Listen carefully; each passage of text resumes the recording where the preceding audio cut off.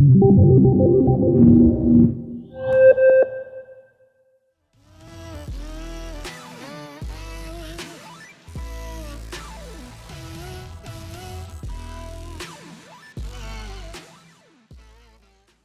the story today is one more change. I build a lot of web apps, and when I build these web applications, I put them out there for my stakeholders. This application itself is a shopping app. Some of you may have stayed home quite a bit over the last couple of years like I did, and you might have learned maybe I need to make some shopping orders and get them delivered to my house or to go get picked up. So I built some kind of an app to do that. Now my stakeholders call me and say, can you just make one more change? They notice there's a problem on the website. They're not selling a bag of 1,000 lemons. I don't know who could lift that. Probably Ward Bell. So we need to make one of these kind of changes. Just one more change, something easy to do. This story today is a story for all of you. It's a story for all of us as developers to get our Angular apps developed and deployed with one more change to the cloud. So let's flip over to our live code. This application itself is running up in the browser, and we can see the live application here. Here's my application called Shop at Home. It's a list of products. We've got our carrots, our lemons, and the 1,000 bag of lemons up here, and then some apples and some other things going on. We want to make this one change. My stakeholder, I like them. They pay me. That helps pay my bills. It's pretty good. So I go to this great repo that I've got, and I realize I've got to make this change, and I got a problem. I don't have the local environment on my machine. I haven't edited this app in a long time. Have you ever had to be in that situation where you're not sure if you get the right version of Node or NPM or even the right operating system? Maybe you're on an iPad. Yeah, it can be a pain. So what I do up here is I'm like, I can take advantage of a feature, because I love VS Code, where I hit the dot button or the period, and I open up github.dev right inside the browser.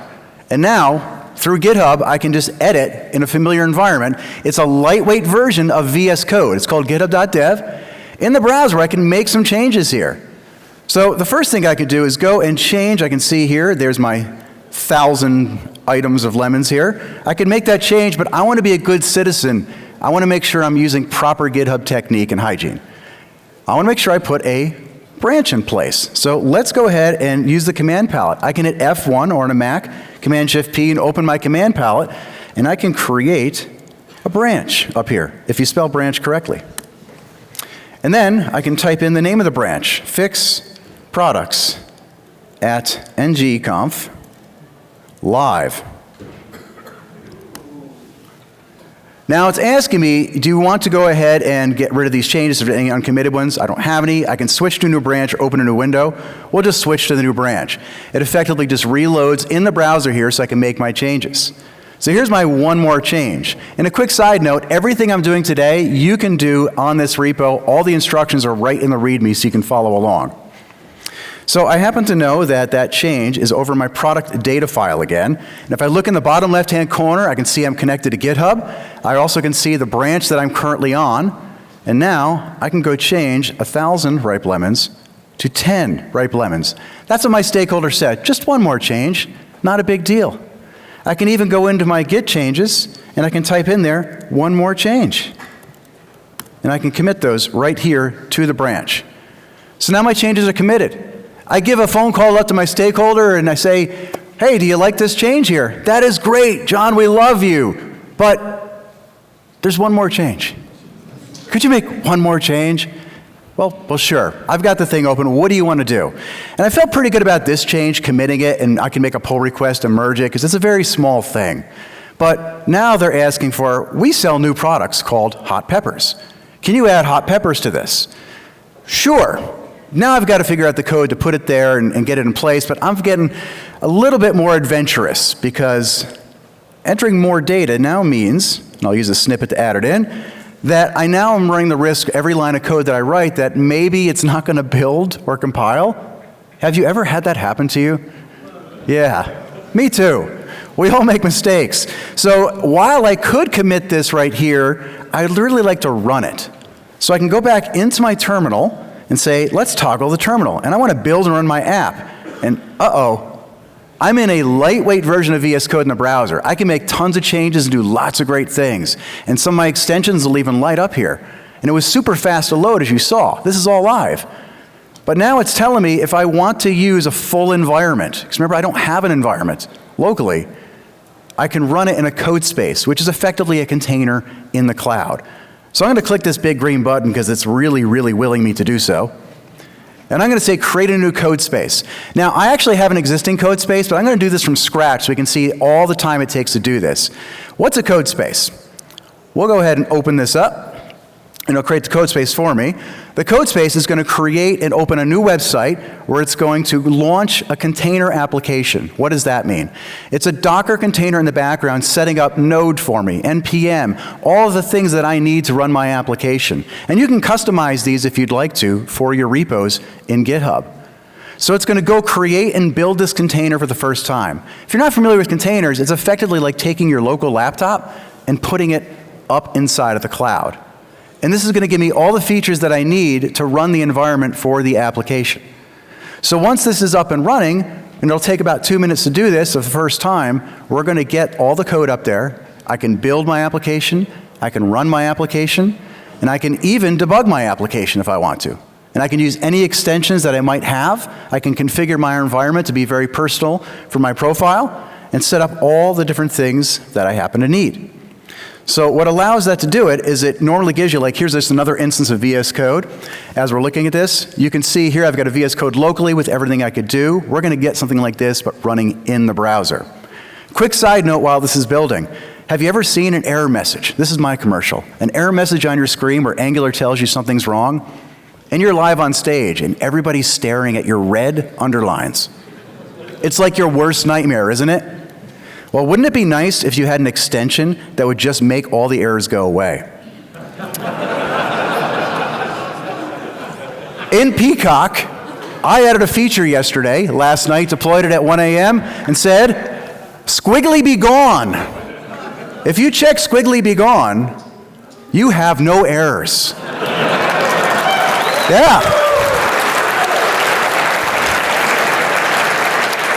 Okay, credit for the name to Ward Bell, because he comes with all the good names. All right, so we have our code spaces running over here. Got a couple of messages, we're good there, and I'll zoom in so you can see what's happening. It gives me a nice welcome message. Welcome to Codespaces. You're in a custom image defined in this file. We'll go look at that file and see what that does for me. And you got VS Code to the fullest in the browser. In the browser, you can even see Peacock is lit up here for my extension, showing the blue banner around it. Now I can do all sorts of stuff. I happen to know that this application has an Azure function in it. It's got an Angular application, and I'm using Azure Static Web Apps to proxy those two together and then launch it and deploy it to the cloud in production. It's got a lot of stuff going on. So I have a couple different scripts I'm going to run to get my application running. First, I'm going to run npm start. Notice I didn't have to npm install. The container did that for me. And then I'm going to open up another terminal over here and run my other package, my other script, that's going to run my back end, my Azure Static Web Apps CLI, which will launch up the API for me and then connect the two together. And once both of these are running, the Angular app, the Azure Functions, and then the proxy between the two, we can then actually browse and look at the application and see what's happening. So you can see my Angular app is ready and compiled over on the left. We can see I still have my git change over here on the files themselves. We'll go look at the data, make sure the data is there. So here's my data, there's my ripe lemons. Oop, I forgot to commit my hot peppers. So we'll go ahead and grab the hot peppers from the other page over here. That was that message it was warning me about that I so rightfully ignored. All right. So I've got my data. I'm going to bring back up my terminal. It says it's running on port 4280. That's the proxy port that the Static Web Apps is giving me. I'll close a few windows so we can see what's happening. There's a cool tab now called Ports. And what Ports does is shows you everything that's running in your app. First, the Angular app on 4200. I've also got my Azure Functions running on 7071. And then the proxy port is 4280, which that doesn't tell me a lot. So I can even change the tag down here and tell it this is the full stack right there. I can name it what I like. And then over here, I can see I've got a local address, which if you look at that, nobody's going to memorize it, right? You can go ahead and type that if you like. And that's my local address. I can copy that to the clipboard or browse to it directly. So let's browse to my application. And here's my app. Maybe I clicked the wrong one. I did. There we go. So it's connecting to my app, and there's my list. You can see my 10 ripe lemons, and you can see my hot peppers. I feel good. My app built and ran. I even got to do a commercial for a peacock and squiggly bee going in the middle. And the application's up and running locally. So now my stakeholder calls me and goes, I don't believe you. I want to see it. I want to see that you made that one more change. Well, I can't give them this URL. This URL only works for me. But what I can do is go back to Codespaces, and there's a cool feature in here called visibility. If I right-click on private, now I can set the port visibility to public. And it'll refresh, and that same link that I just had here, which I'll copy, I can then now take that, and I'll go to bit.ly, because I have an account there, and I'll create a hyperlink to that. That's a short link. There it is. I'll copy it. And then I could go onto my iPhone or to my iPad, or any of you who want to try this out. If you can read that code, you can actually go and hit that site right now. So now, because it's public, I can call my stakeholder and say, hey, you can take a look at this now and make sure it looks right to you. And like they always do, my stakeholder says, I love this. This is awesome. But I have one more change, because that's how they roll, right? One more change. I noticed that the products aren't sorting alphabetically, and that's really bothering me. It's really bothering me. Could you sort these alphabetically? Well, sure. I just have to remember the syntax for JavaScript array sorting. And I'm old, and I forget this stuff. So I'm like, great. So I need a pair programmer, and Warbell's nowhere to be found. He's hiking up a mountain somewhere in California. He's a great guy, but he's just not around to help me. So I need a pair programmer to help me with this. So I go back to Codespaces, and I start thinking, how am I going to make this work? First, I know that I've got this Azure function with this code here, and there's my data. But how do I sort that array? Well, there's a pair programmer that I can use, and that pair programmer's name is GitHub Copilot. So I can type in Copilot, I can install it, and usually you'd have to accept and agree to the terms there for it. And once I have Copilot, I can come back into my code, and now I'm going to write a comment and tell it what I want to do. Do the thing. No, it doesn't know what that is. Okay. One more thing? Nope. How about sort products by name? That sounds good. I'll hit tab and do that. I can hit that again. Yeah, alphabetically sounds good. If I keep it in space, it's kind of getting more, all right, I think I got the point here. We'll hit enter, and it gives me a line of code. Product sort A, B. Oh yeah, it's coming back to me now. I use sort, and I got to pass in a function. And now I'm going to hit enter. Okay, if A name is lower than B name, gotcha. So it looks like I'm coding really good. Yeah. Yeah. This is exactly what I was going to do. Perfect.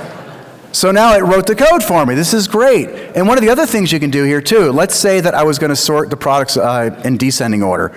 What I could do is say, not sport. That's interesting. You could sport the products too, I guess. Sport the products by quantity. Sure, let's do that. Let's say I wanted to see more options. If I hit Control Enter, it says, oh, Copilot is going to do a cool feature where it's going to show me a bunch of options. Code Lens has to be open though, so it's going to open me to that setting. I'll do that here. I'm going to flip back to my code. I'll hit Control Enter again. It's synthesizing. I like that word. Synthesizing 10 solutions. And you can look down here and see what those are. And if whatever one you like, you just click the Accept Solution button, and it's going to enter that code into the pane on the left, which is pretty cool. So you don't have to go line by line either. I don't happen to use this one as often, because then I kind of get into that, which of these 8 do I want to use? But if you know what you want, the Copilot's super helpful for that. So now that I've got Copilot there, which wrote the code for me, I can save that code. I can go back to my browser here, because remember, it's still building and running. And notice carrots was first, but it should be apples. So if I refresh, now we have apples, carrots, hot peppers, lemons, and my pair programmer did its job for me, which was fantastic. Really liked that. So now I tell my stakeholder, can you look at that? Do you like it? They love it. They love it. They're like, one more change. Can you push this up to production for me? I'm like, yes, that's the last change I wanted here. So we'll say one more change in our commits again. I'll go ahead and commit that. I can push it. And because I'm using Azure Static Web Apps, it's actually going to create a staged environment for me on this branch. I'm not quite brave enough to push it to main right now, but instead what I'm going to do is I'm going to create a pull request. So I use my command palette, because again, it's full features of VS Code here.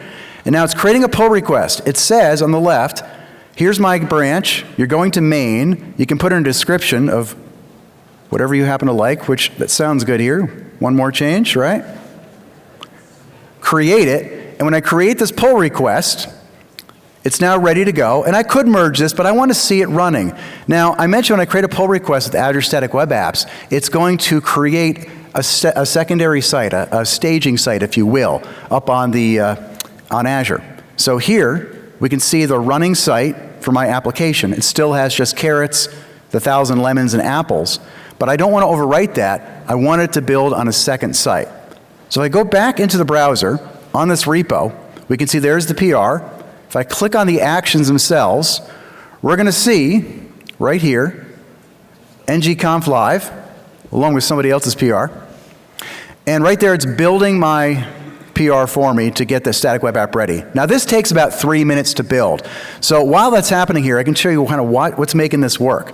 This action's actually coming from a file that got created when I first created my Azure Static Web App. And that's over in GitHub under Workflows, and it's using something called GitHub Actions.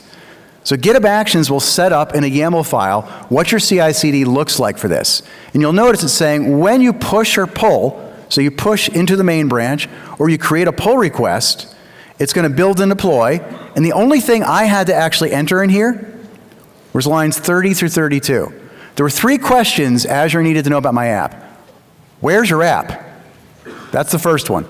By default, it says /. That's where mine was, so I was good. I'm in a mono repo, and I've got my functions in here too. The second question is, optionally, if you have Azure Functions, where do you keep them? By default, it looks from an API folder. That's where mine were, so I didn't have to do anything. And the third question, because this varies by all the web frameworks pretty much, is where does the output of your code go? Where's the build location? In my app, it happened to be dist/ng-conf 2022. So I enter those 3, and then every time it sees something go to main or a pull request, it will then rebuild the application by running npm run build in a production mode, take the assets, deploy it to Azure, and you're going to get a CDN, you're going to get the functions, it's going to proxy for you. It does a whole bunch of fun things for us.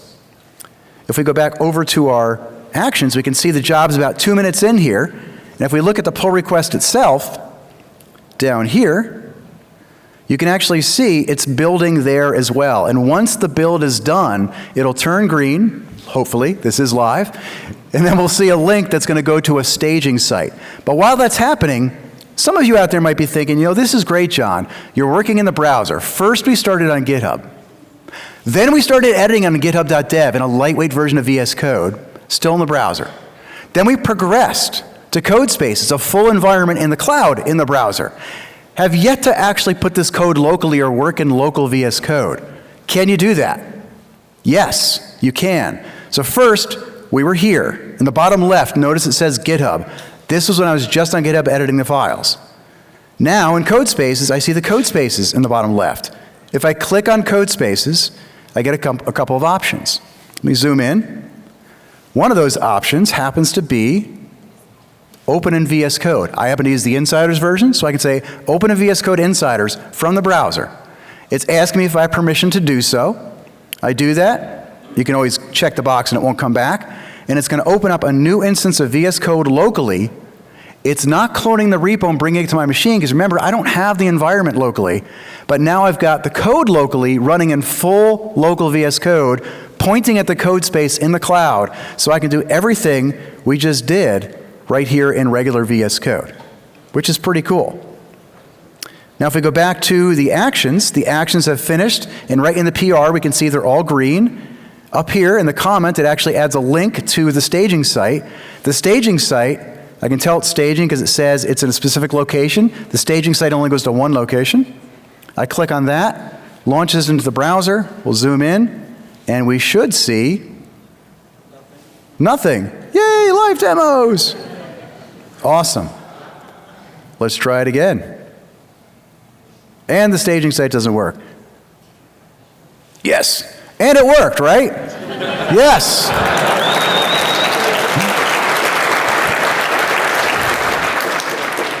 Squiggly be going, I need one of those for the browser when you're running live demos. Note to self. Cool. So kind of wrapping up kind of what we did here. There's a couple things we showed, actually quite a bit of what we showed. So first, we coded quickly in github.dev. github.dev is just github.com. You all have it. We're all using it. You just hit the dot button, you instantly go there. Go try it out. It's pretty easy to use. And then we migrated over to cloud environments with full cloud functionality using VS Code and the Docker container using Codespaces on GitHub. Then we build the app, we run the app, we forward it to our ports. We could even debug the app if we had time. And then we did pair programming with copilot right inside of Codespaces. And then we pushed our code up to the cloud using Azure Static Web Apps, watch the GitHub Actions work for us to deploy the app using the free service Azure Static Web Apps.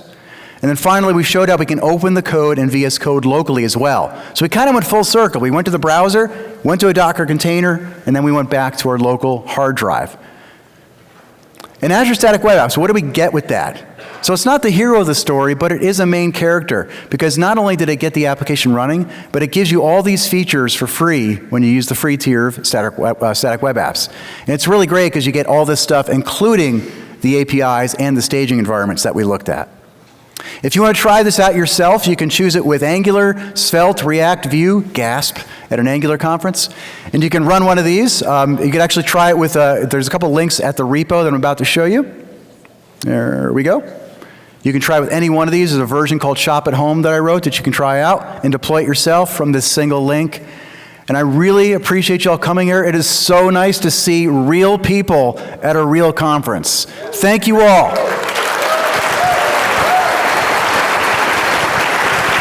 Good job, John.